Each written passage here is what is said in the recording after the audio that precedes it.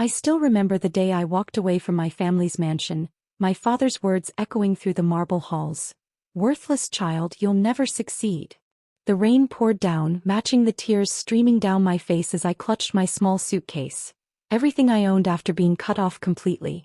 I'm Olivia Sterling, and that was 10 years ago. I was 22, fresh out of business school, and I had just committed the ultimate sin in my father's eyes. I refused to join Sterling Industries, our family's company, as a junior executive. "You're throwing away your birthright," my mother had whispered, her perfectly manicured hands trembling around her wine glass. "The position is already arranged. Why must you be so difficult?" But I had seen something in Sterling Industries that my parents were blind to. A company so entrenched in outdated practices that it was slowly dying. My father, James Sterling, ran the company like it was still 1985, refusing to adapt to the digital age, dismissing innovation as trendy nonsense. I had tried to show him the problems. I spent months preparing a detailed presentation about necessary modernization, complete with market research and implementation strategies. My father's response? He laughed. Not just a chuckle. A full, theatrical laugh that made every executive in the boardroom join in nervously. "This is why women shouldn't run companies," he had said, wiping tears of amusement from his eyes. "Too emotional, too caught up in trends. Go work in HR, sweetheart. Leave the real business to men." My older brother Marcus sat there smirking, already secure in his position as heir apparent. He hadn't worked a day in his life, but he had the right gender and the right attitude. Blind obedience to our father's outdated vision. That night I made my decision. I wouldn't waste my life watching the company crumble from inside. I had my own vision, my own dreams. When I told my parents I was leaving to start my own company, all hell broke loose. "You ungrateful brat," my father had roared, his face turning purple. "I gave you everything, and this is how you repay me? By betraying the family." My mother just sat there, silent tears running down her face as if I had died. In a way, perhaps I had. The obedient daughter they thought they had raised was gone. "Get out," my father had screamed. "Don't come back until you're ready to apologize and take your proper place. You'll never succeed on your own. You're nothing without the Sterling name." I left with $2,300 in my personal account, money I'd saved from summer jobs my parents didn't know about. Everything else was in trust funds I could no longer access. My credit cards were already canceled by the time I reached my car. But what my family never understood was that their greatest gift to me wasn't money. It was education. Years of listening to business discussions over dinner, absorbing strategies, understanding market dynamics.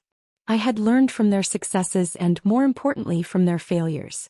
I rented a tiny studio apartment in the rough part of town and took a job as a business consultant for small tech startups.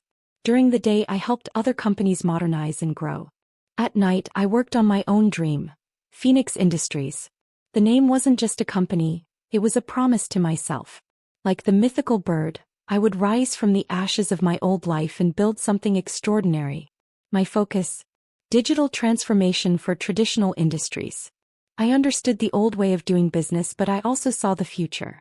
The first year was brutal. I worked 18-hour days, lived on ramen noodles, and used my apartment's living room as an office. But slowly things started happening. My consulting work gave me connections in the tech world. Small successes led to bigger clients. I was ruthlessly efficient, saving every penny of profit. By year 3, Phoenix Industries had 20 employees and a real office.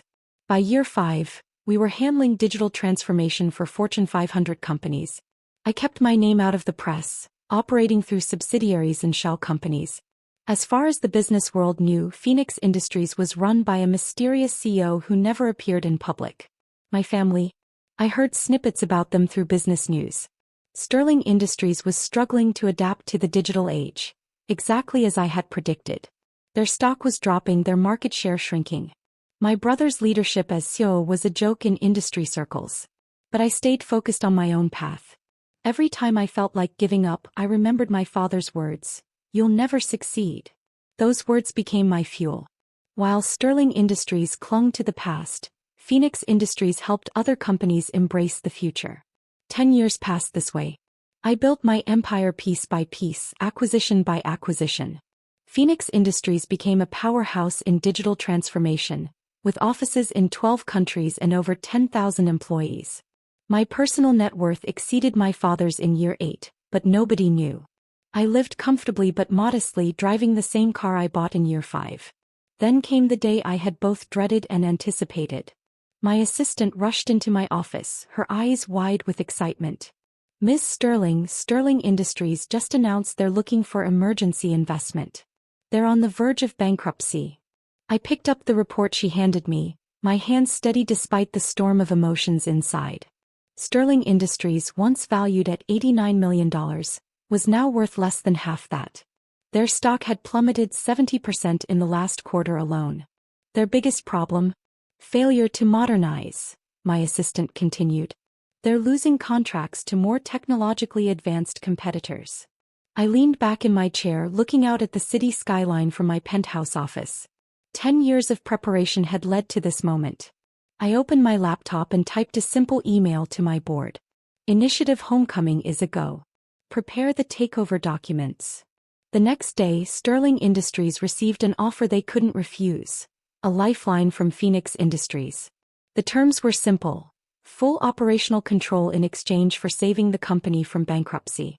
I knew my father would fight it. His pride wouldn't let him accept defeat easily. But I also knew he had no choice. His investors were in revolt, the board was threatening to remove him, and his beloved company was weeks away from collapse. What he didn't know, what none of them knew, was that the CEO of Phoenix Industries, the mysterious savior they were about to meet, was the worthless child they had thrown away a decade ago. Sometimes success isn't about proving others wrong. It's about proving yourself right. The Sterling Industries boardroom hadn't changed in 10 years. The same mahogany table, the same leather chairs, even the same pretentious oil paintings of past CEOs, including my father's portrait, though it looked noticeably older now, just like him. I stood in the adjoining room, watching through one-way glass as the Sterling Industries board assembled for the emergency meeting.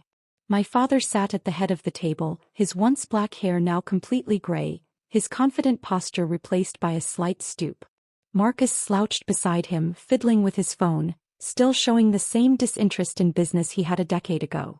"The Phoenix Industries CEO is here," my assistant announced to them right on cue. "Shall I send her in?"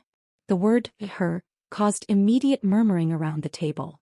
I saw my father's jaw clench. He still couldn't handle the idea of women in power. "Her." Marcus scoffed.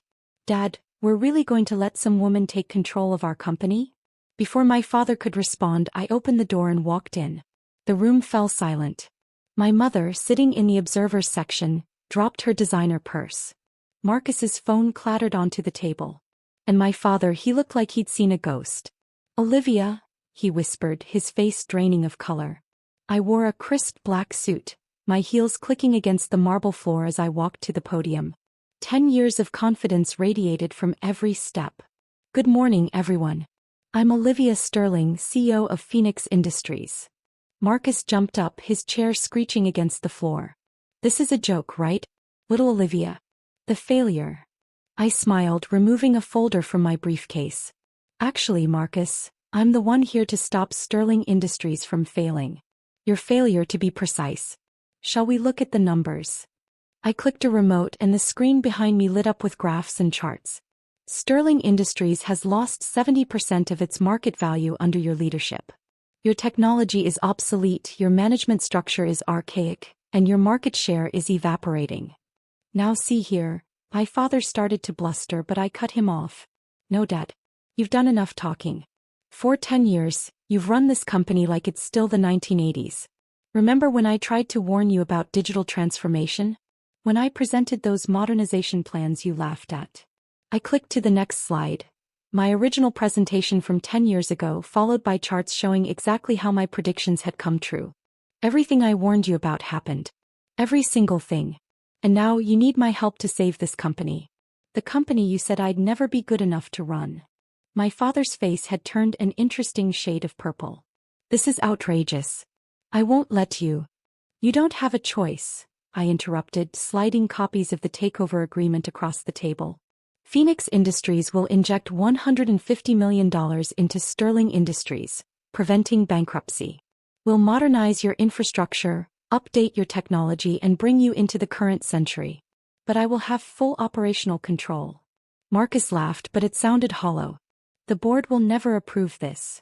The board already has, said Harold Matthews, the head of the board of directors, speaking for the first time. We voted this morning. It was unanimous. My mother finally found her voice. Olivia, sweetheart, you can't do this to your own family. Family. I turned to her, keeping my voice level. The same family that threw me out. That cut me off completely. That said I'd never succeed. I shook my head. I'm not doing this to my family, Mom. I'm saving the company my grandfather built, from my family. I walked around the table, stopping beside my father's chair. You know what the saddest part is, Dad? If you had listened to me 10 years ago, none of this would have been necessary. Your stubbornness, your pride, your refusal to change, that's what brought us here. He wouldn't meet my eyes. His hands trembled as he reached for the takeover agreement. Sign it, I said quietly. Or I'll wait 2 weeks and buy Sterling Industries at bankruptcy auction for half this offer. One by one the documents were signed. With each signature I watched the power shift in the room. Marcus stormed out before it was finished, slamming the door behind him. My mother dabbed at her eyes with an expensive handkerchief. My father, the great James Sterling, seemed to shrink in his chair. As the board members filed out, I remained standing at the head of the table. Finally my father spoke, his voice barely a whisper. How did you do it? I did exactly what you taught me, Dad. I saw an opportunity and I took it. The only difference is I saw the future while you clung to the past. He nodded slowly, years of arrogance finally crumbling. And now? What happens to us? You'll retire, of course. Spend time with Mom. Travel. Marcus will need to find a real job. I hear Walmart is hiring. I allowed myself a small smile. Sterling Industries will survive, Dad. It just won't be run by Sterlings anymore. As I turned to leave, my mother called out, Olivia, wait. Can we at least have dinner sometime? Try to be a family again. I paused at the door, thinking of all the family dinners where I'd been belittled, all the holidays where my achievements were dismissed. Maybe someday, Mom. But right now I have a company to run. Actually, 2 companies. That evening I sat in my office watching the sun set over the city. My assistant brought in a copy of tomorrow's Wall Street Journal, the headline already set. Phoenix rises. Mystery CEO revealed in Sterling Industries takeover. I poured myself a glass of champagne, the same brand my father used to celebrate Marcus's business accomplishments, such as they were. The irony wasn't lost on me. My phone buzzed with a text from my father. I was wrong. I'm sorry. 10 years too late, I thought, but I appreciated the effort. I typed back a simple response. I know. Success, I've learned, isn't about proving others wrong. It's about proving yourself right. And sometimes the greatest revenge isn't making others fail. It's succeeding so spectacularly that they have no choice but to acknowledge what they threw away. I raised my glass to the city lights, toasting the scared young woman who had walked away from wealth and privilege to build something of her own. She had no idea that her father's cruel words, "You'll never succeed," would become the foundation of an empire. Sometimes the people who try to break you end up making you unbreakable instead.